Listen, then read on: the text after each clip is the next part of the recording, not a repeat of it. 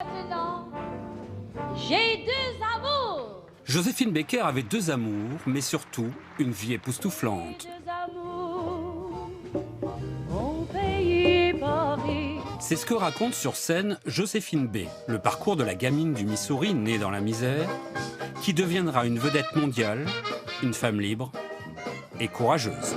Joséphine Baker, c'est la liberté incarnée, c'est la provocation, la beauté, la drôlerie. Mais c'est aussi l'engagement. Juin 40, la Joséphine du musical a conquis la France, mais elle veut aussi aider à la libérer. Elle entre en résistance. Elle a été une grande résistante française. Elle-même, je passais, j'allais dire, les microfilms dans mes partitions, dans mon soutien-gorge. Ma chambre était ouverte à tous les renseignements.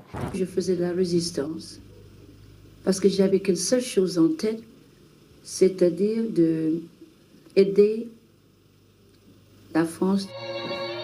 Elle en sera récompensée et médaillée. Et ces médailles, elle les emportera jusqu'à Washington pour suivre Martin Luther King dans sa lutte pour le droit des Noirs. Cette lutte contre le racisme, c'est du côté de la Dordogne qu'elle la poursuivra avec tendresse. Une famille d'enfants adoptés, des orphelins venus des quatre coins du monde. Et à côté de Jean-Claude, qui est... Brahim, Il vient d'où? d'Algérie. 50 ans plus tard, Brahim se souvient de cette éducation particulière. Là, elle me donne le biberon.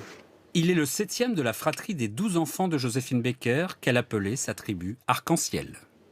C'est une famille multiethnique et multiculturelle, mais qui va être élevée en même temps ensemble pour montrer au monde entier que quand on élève des petits-enfants ensemble, un idéal de fraternité universelle est possible et non pas utopique.